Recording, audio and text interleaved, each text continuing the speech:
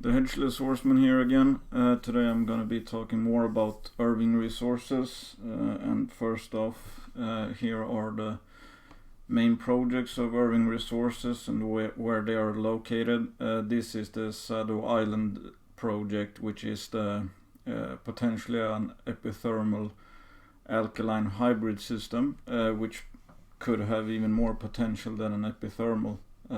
Anyway, if we zoom in onto Hokkaido, you can see the Enowa project, Utana Obari project, Engaru, Rubishibe, Shimokawa, and of course the Omu project. And let's zoom in.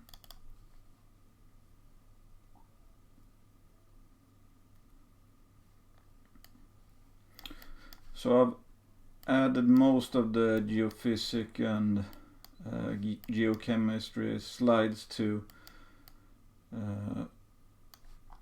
the Omu project, as you can see here.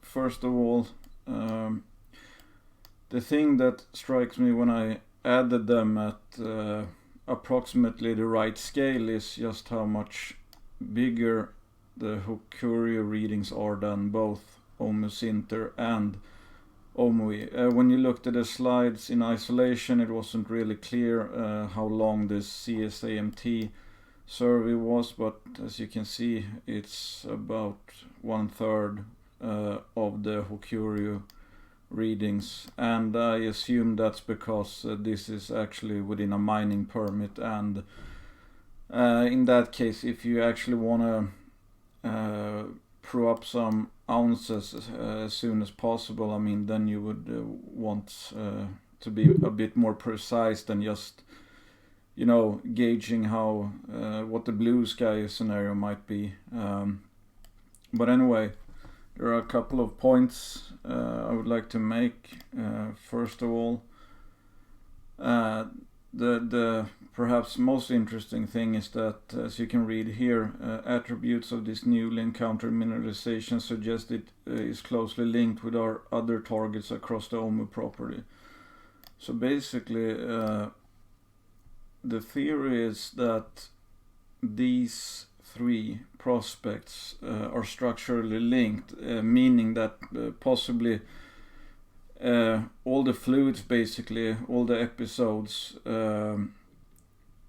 originated from basically the same source. So the fluids got pumped up here when they were pumped up here and here. So the interesting thing about that is obviously that, okay, if one area proves to be rich, then that should suggest something how rich the other areas could be. So basically that, okay, let's just have a hypothetical scenario that this is really poor while this is very rich and this is moderate or whatever.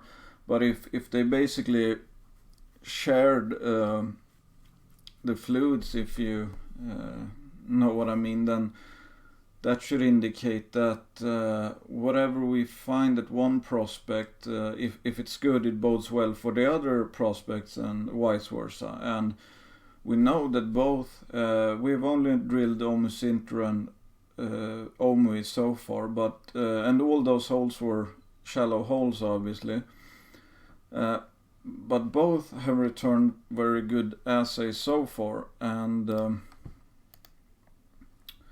one other interesting thing is that this is a news release from the Omu Sinter, or on Omu Sinter. Phase 1 drill holes clearly indicates these holes are above the prospective boiling horizon, believed to be at depths greater than 380 meters below surface. And okay, so at core hole depth of 184, I don't know the exact vertical depth, but let's say it's like, I don't know, 150 meters or something. It hit a bonanza intercept, a narrow one, but as you can see, I mean, it's we hit high grades at other areas. But anyway, 135 AU equivalent at, let's say, 150 meters depth. The AG to AU ratio is only 11 here, so this is probably the gold rich event. and the Goldrich event only. So basically this vein probably didn't hit or didn't get mineralized by both events. So it's I don't know what the grades would be if this vein in particular saw both events. But anyway, let's say half of the fluids passed through here, or one event at least. Then we have the Omui Mine Site news release. A recent study of hydrothermal fluids inclusions trapped in the veins, quartz, blah blah blah blah. Top of the prospective boiling zone starts at around 308 meters below paleosurface. Irving believes the most prospective target only lies at depths of over 300 meters below present surface along the CSAMT resistive zone. So here at Omu Center, they believe the boiling zone to start 380 meters down, and at Omui it's suggested that it starts at 300 meters down, and that's also basically confirmed by what they saw in the hole number 10 while they were drilling, that there were evidence of boiling below 300 meters. So I guess one observation is that the Omu Center boiling zone is expected to start 80 meters further to depth when compared to Omui Mine Site. So I guess the reason for that might simply be that Omui Mine Site has eroded more than the Omu Center area. And what's also quite interesting in that case is that let's assume that this area has seen 80 meters more of erosion, basically. So it would be closer and closer to basically the boiling zone. The basically the rocks closer. The rocks starting at surface here should, I guess, potentially be more mineralized since the fluids start to drop off in gold content and whatever, the further up it goes. So this should have higher readings from the get-go, basically. And we know we've already hit just 5 to 50 meters down high grade, so that supports it, of course. And if we look at the Bleg sampling, then it's also quite interesting, because as you can see there's a big blob here, but it's more muted up here, and Hokurio is a big very big anomaly. And there's a slide in the presentation where it shows that erosion is basically going this way, and the highest readings are here, and this is where the Mariama Sinter would be, because on that point, if we add the Hokurio CSAMT readings again, I mean, this is where some new trends start to pick up, but there's still Sinter around here. And if we then add the gravity slides, which basically shows where there would have been faults, etc., that could be used for fluids to travel through. This is the most prominent and obvious ones. This long line that basically they've outlined this in red and a dotted red and white line, as you can see. So these look to be structurally linked, and Irving has said as much, that this is probably the eastern margin of a basin, basically, that's located somewhere around here. And then we have pretty long anomaly here, and this is here we have a big blob, and this is closer to Mariama, I would guess, but this one is quite prominent. And as they said, okay, it looks like the same fluids come up at Omu that came up at the other prospects. So I mean, again, that's quite an intriguing proposition, because we don't know where the deepest source of all the fluids are. But I mean, if we saw, let's say, the Goldrich event happen, so that would have pumped, gold-bearing fluids. I don't know how in how big of an area, but I mean it probably enriched these 3 prospects at least, and probably or potentially between them as well, because if we then add the magnetics, you can see that okay, this is probably a bunch of hydrothermal action, but there's as it says here, residual magnetic resistivity low axis.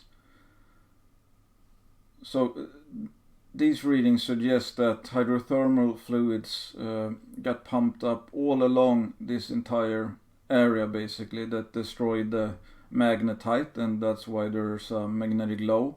And the interesting thing also is that at Omui Mine, I mean, relative to the other areas, I mean, you don't see really a big gravity low unless you go into on a more micro scale. Then you can see there's a complex network of lows. And a funny thing is that in one of the earlier news releases or slide, I mean, there was a line drawn between Honpai and Nanko, basically. I mean, if you just look at it here, it looks like there's a, you know, some kind of that there might be a structure that travels from Nanko to Honpai, but if you add the CSAMT readings, you'll notice that there's more like a stacked channel that goes in the opposite direction, or if you know what I mean, more crisscrossing. So I mean, this suggests that there's a channel that way, but this is suggested. I think this is what's basically creating that anomaly, that we have that's quite clear to surface a big anomaly here, and that's obviously where we are drilling right now. It's a bit hard to see.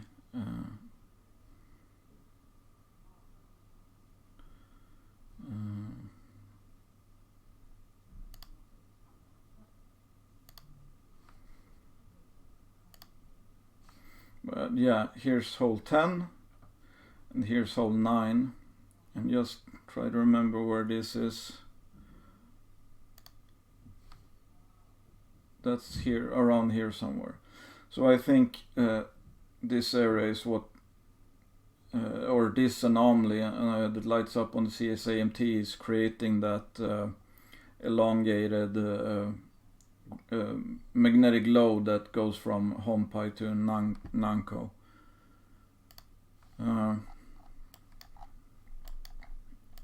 But anyway, to the point of erosion, as I stated, here you see some obvious clusters, and they're much larger than the anomaly we see at the Omu Sinter. I mean, this is a elongated anomaly, which is obviously a good sign, because I mean that's around the western margin of the Graben. But at the same time, then, if we assume that this area possibly saw more erosion, that the readings we see here are closer, 80 meters closer to the boiling zone at least.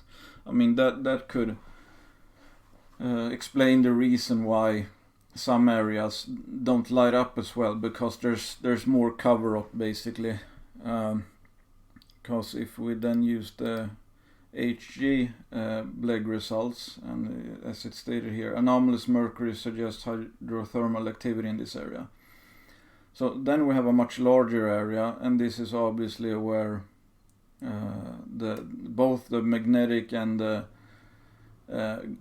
prominent gravity readings, their axis, basically. So they follow one closely, which is obviously a good sign, because that would suggest that the red line suggests that there's a crack in the ground, fault zone, and basically the blue suggests that this is where the hotspots for hydrothermal activity is suggested to be due to the magnetic lows. So they follow each other, which is obviously good.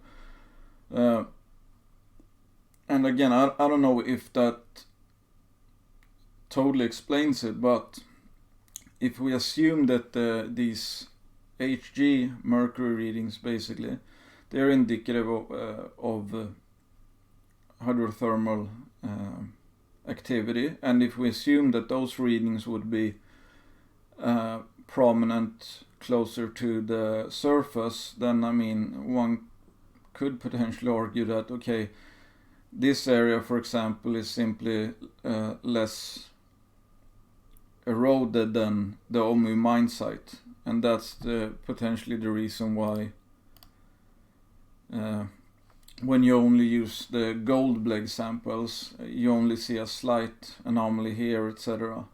So that leaves me quite hopeful that, I mean, if we would have shaved off 80 meters of the earth up at Omu Sinter, we might have gotten a reading like this if we used blade samplings. And that's of course not a guarantee. That's just my basically my theory. Let's look at some other things. Another quite interesting thing is that, okay, this is the drill holes, and if we add these are the CAMT readings, and as I explained in my last video, it looks like there's nothing suggesting that this trend ends just because the survey ended. And then if we add soil samples around Omu, then you can see that there's actually, I mean, I didn't remember this when I did the last video, but when I went through the news releases again, I mean, you can see that it basically looks to be picking up another hotspot going that way, and that's basically the direction of these trends. So I don't think the Omu system is, I think it will go past the mining lease that goes something like this, and that's obviously a good sign because I think we own the ground to the east as well. And then the one thing is that there's not a prominent magnetic load though, so I mean, who knows, maybe it goes something like this, or because even though you find higher soil samples in one area, that doesn't really guarantee that directly below is the actual loads. But anyway, here is one of the most recent found prospect, basically Sakinyama, which lights up even more than Honpai and Nanko. And I think one of this big hole here, or long hole, hole 8, I think that's trying to possibly trying to find what might explain this big or rich soil anomaly. But at the same time, it's hard to really know. I mean, here you have hole 8. I don't exactly know if the CSAMT readings are supporting that it would be something big, unless it's like it's the start of the edge here, or maybe this is creating the anomaly, or is basically sourcing the anomaly, or there is something to the southwest that we don't know about, but it's obvious that they're basically gonna try to poke a hole and see if they can be, or if they are lucky and can find what's basically could explain this soil anomaly. And if we just for comparison, it's not the exact right scale, but I mean this is the Hishikari system, but 500 meters here is approximately 500 meters on the map, which you can see, so somewhat close to scale, and these are the highest grade two deposits at Hishikari, and this is another cluster of veins. But I mean, we already know that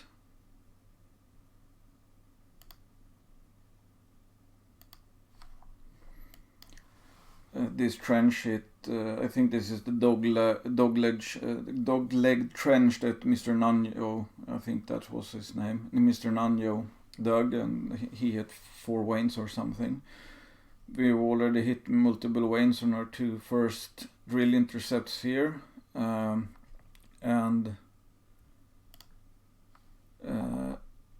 hole 10, which is going here, is described as hitting multiple vein intercepts.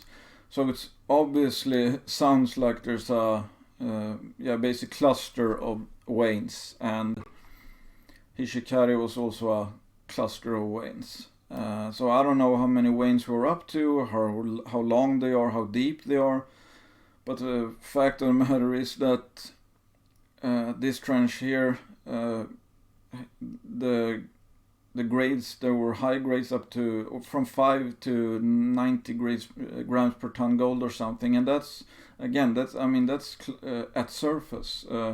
The Hishikari veins, at least I think the bulk of the mining took place like 200-300 meters below the surface. I don't know what that would, because I think Hishikari got eroded as well on top, so I don't know what the, how that translates to the prehistoric depth when the deposit was made. But anyway, I mean, we're hitting high grade to bonanza grade intercepts 50 meters down from surface.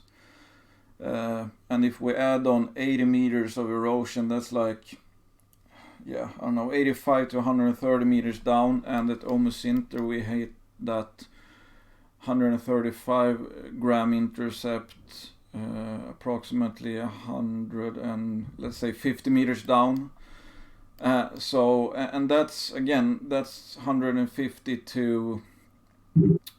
to basically 200 plus meters before or above the boiling zone, and again that kind of makes this a rather unique case in my mind. And the thing with hole 10 is that will be the first hole drilled into a vein within the boiling zone on this entire property, as far as I understand. And again, if these were structurally linked and saw the same fluids and have obviously should have somewhat similar geology in terms of host rock to the veins and stuff, I think hole 10 is gonna affect much more than just Omui. It's gonna basically paint a picture of what might have happened at the boiling zone in any other of the recent and known prospects, as well as what might be hidden at Mariama, for example, at depth. So I don't actually think that the market is even fairly pricing Irving at the moment based on what is just known, that we've drilled off 1 kilometer long hydrothermal system up at Omu Sinter, and already are getting grades that one might potentially expect closer or within the boiling zone, and the fact that there's a bunch of high grade veins sticking up at surface at Omui, and we're 300 meters above the boiling zone. And I mean, if you just look at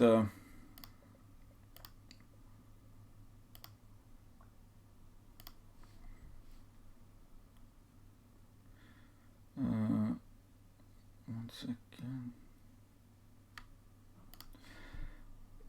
If you look at these CSAMT readings, I mean, it's kind of mind-boggling, because we don't even know where these end, basically we don't know where these end. And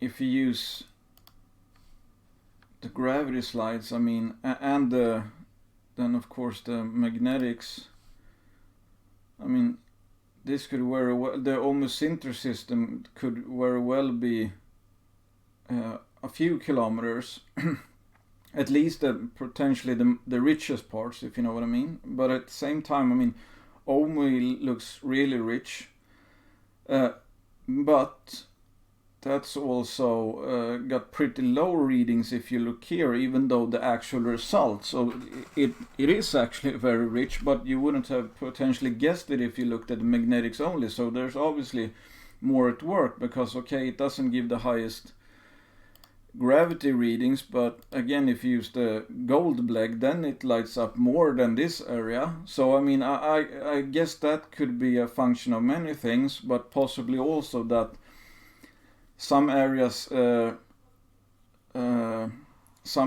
more or less what's it called, erosion.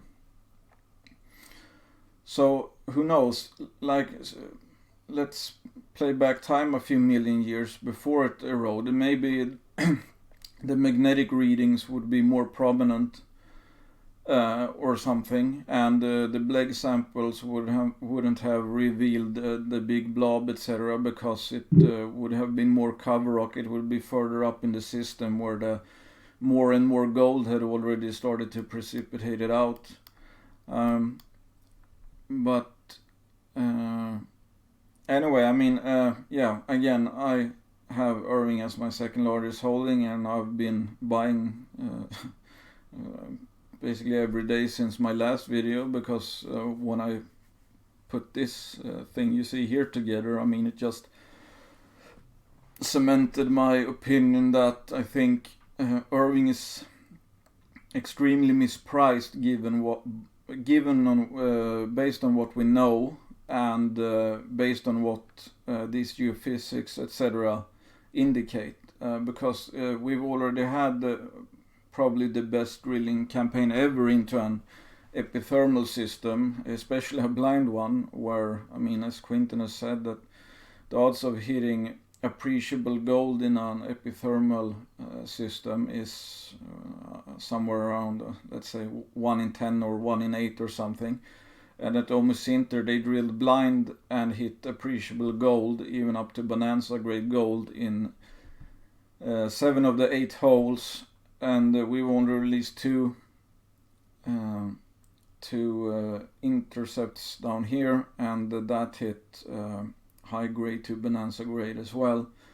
And we again haven't even gone into the boiling zone yet. And if you look at the footprint of Hishikari and you compare it to what the CSAMT readings are suggesting, suggesting in terms of size of each system, and that's the minimum size, and of course implicitly it also just tells the potential. But anyway, I mean, we have no idea what's up here, we have no idea how far this goes or what happens up here. We don't know how far this goes, how far this goes, how far this goes, how far this goes, how far this goes, and what might be found, I don't know, here, or the problem is I don't think we own all that ground. But I mean, anyway, that's just going from blue sky to blue sky here.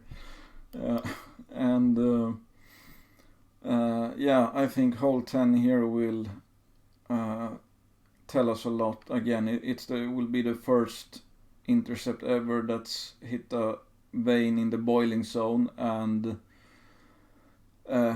if that hole looks good, I think it will tell us what we might expect from the other prospects within Omu, because they should share same geology and the same fluids, basically. So whatever enriched Omui possibly enriched Omu Sinter and Hokuri at the same time, and then the other prospect. And I don't think the market is really pricing that in, because if we look at, for example, Silvercrest, which is an epithermal system, I think it's a low sulfidation, but I'm not 100% sure. I think that's like 4 veins or something, and the corridor is like 1 kilometer, and that company has, I mean, it's much more de-risked. They have economic studies and all that, and it's really, really high grade, but that's 1 kilometer. Basically their deposit is 1 kilometer long, and this is 2.2, and ongoing, and this might be a new corridor, and this is already up to, I don't know, let's say 1 to 1.5 kilometers, and this is 1 to 2 kilometers or something. So I mean, again, it's obvious that the potential is for vein systems that basically are multiples of a Hishikari, the Hishikari mines, and we shall soon find out if the boiling zone in this district scale interconnected or probably interconnected system is good or not. And if it's good, I think that should basically tell the story for the other prospects as well, because I don't see how one boiling zone, how the way the fluids responded to one boiling zone would differ when if the same fluids came up at these other prospects through basically the same rock, and as I said, the same fluids as well. So this whole 10 is not just gonna tell the story of the potential beneath Omui within this mining permit. It's also gonna tell us a lot about the potential in the boiling zone for these systems that looks to be potentially even larger than Omui, and that goes especially for Hokurio, which, I mean, if you look at how wide these hotspots are, I mean, that's about as wide as 3-4 trends here, and about as wide as at least 2 trends here, and then there's more trends. So yeah, I think they have potential to maybe discover up to 3 or more world-class mines, and the whole 10 is gonna tell the story. I think that's why I also have bought even more, even though, I mean, sure, Irving is near its all-time highs, but if one of these areas could sustain a tier 2 to tier 1 mine, and we have multiples of that in terms of potential, I think that if hole number 10 hits, it's basically the market should start thinking that that's what the boiling zone might look like at all these prospects. Basically. Thanks for listening. Do your own due diligence. I'm a shareholder of Irving Resources, and I'm not a geologist. Basically, make up your own mind and act accordingly. Thanks.